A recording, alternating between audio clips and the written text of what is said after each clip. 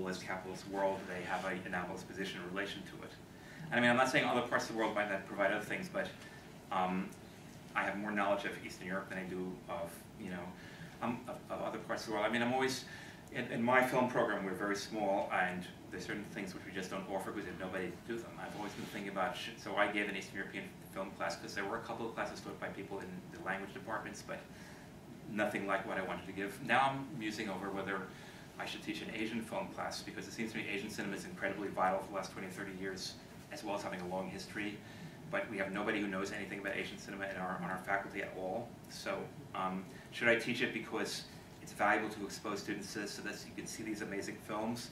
Or should I say, well, I have so little knowledge of it that I'm completely at sea, which is how I feel, you know, watching these films, which I love aesthetically, but don't feel I can comment about very well.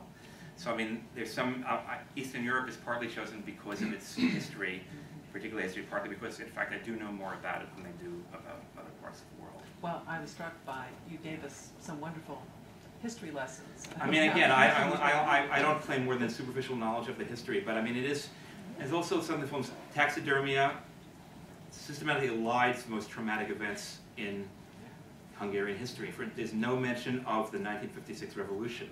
You have the fascist part during World War II, and it's away from the battlefield, so you don't really see it in the battle.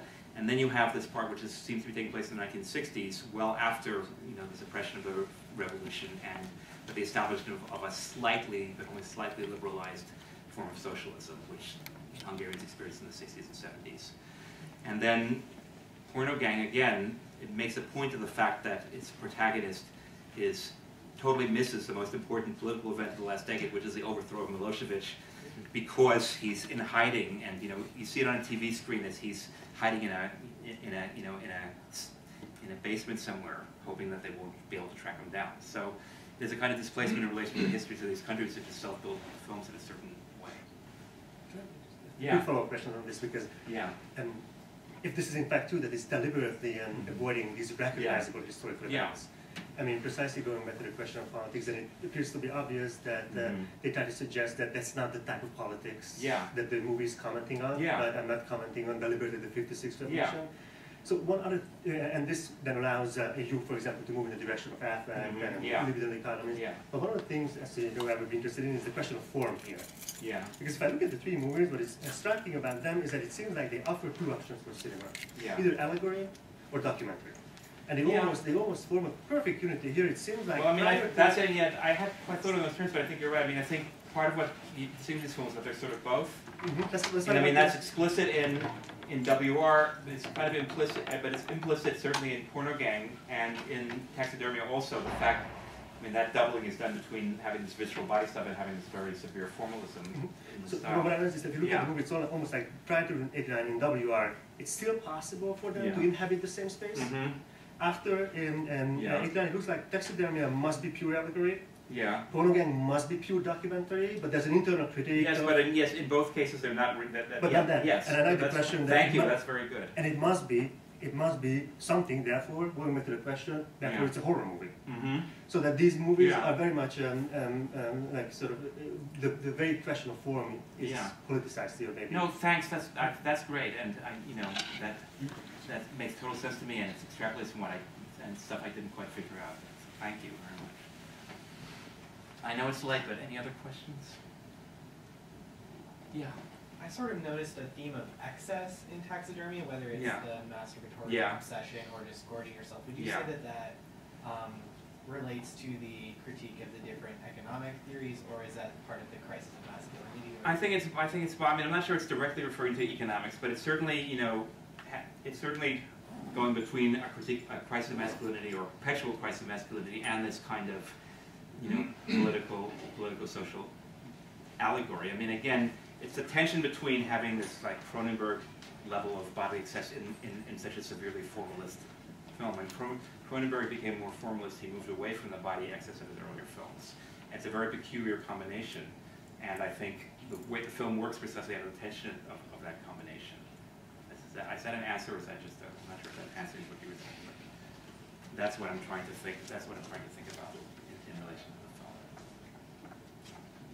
I have two questions. One is about Jeanette's question about paternity. Yeah. And it sounded like you wanted to resist any kind of easy mapping of the paternity or masculinity issue onto the political Well, issue. I think no. Yeah, go ahead. But my question is, isn't there a way in which the paternity issue helps to always keep the legitimacy of the regime in question? Yeah, yeah, sure. You're doing that? Yeah, I think that's correct. Okay. I mean, again, I flashed all too briefly this kind of chart which I made of the film, in which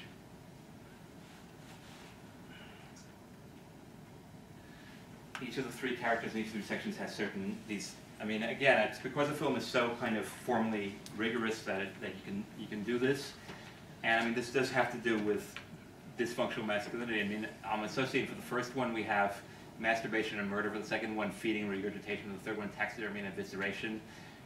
Or, the last line, obsession, compulsion, engorgement, exhibitionism, anorexia, masochism. These are like these, affective disorders of the socius, or of the social body, and also of the masculine body which inhabits that social body. So I'm sort of trying to say that. So if that makes sense to you. The other question I have is about WR and then the last film, the porno game film.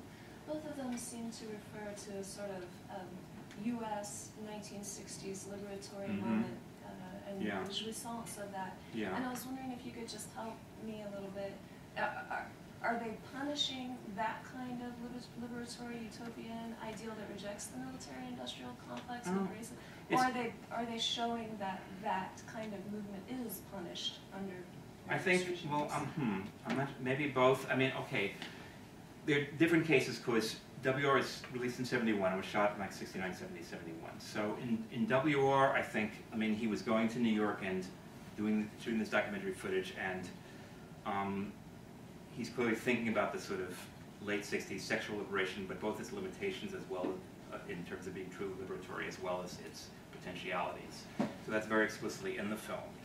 In the Serbian part of the thing I showed you, there's a lot of stuff. I mean, it's basically Milena preaches sexual liberation, but I mean, there are actually ambiguities. If you actually look back at Reich's writings, they're very interesting questions there, because Reich is a voice of sexual liberation before these movements became social movements in the 1960s, but it's also, there's certain ways in which his writing is extremely heteronormative and extremely kind of sort of valorizing orgasm so extensively that it seems to cut out any possibility of foreplay. So it's a very kind of rigidified notion of bodily or sexual gratification, and I think that might have to do with the from a Freudian point of view, the complex which you see in which the Soviet skater who's always talking in these lofty aesthetic terms about communist ideals literally cannot take the sexual jouissance and has to murder her.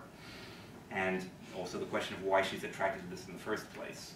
I mean, there are all kinds of, I mean, this is even more so in Sweet Movie, which, as I said, is a movie made in the West a few years after. I mean, there's two parts. One is where Miss World is married to Mr. Capitalist, who had, and on their wedding night, he reveals that his phallic organ is made of gold and spurts out oil instead of sperm.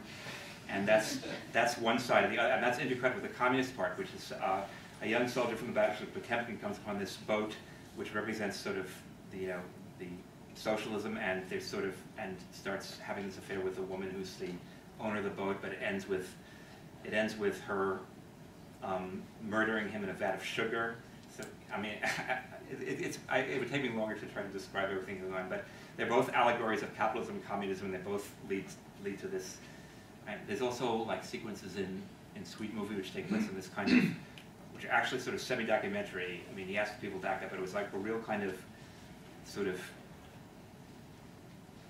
anti-bourgeois commune made by, I forget, some Austrian performance artist from the Actionist group was the head of this, and it's just this whole reading where these people who sort of live in this community are acting out in the most kind of grotesquely infantile, polymorphistically perverse ways you can imagine, or I couldn't imagine if I hadn't seen it. And this becomes part of the narrative also, and it's sort of semi-documentary, even though he did ask people to, not to reproduce it in their lives, but to push it as far as they could. And so there's all kinds of, I mean, he's very interested in sexual liberation, he's also, and in the kind of Puritanism which resists liberation, which feels liberation a threat, but he's not, by no means naively idealizing that, oh, if we just got rid of these repressions, everything would be fine and wonderful. And I don't know if that answers your question. That's the best I can do with it for Margaret Payette.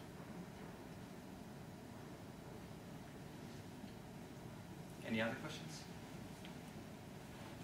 All right, well, thanks very much for hearing me, especially at this excessive length, for which I apologize. Thank you.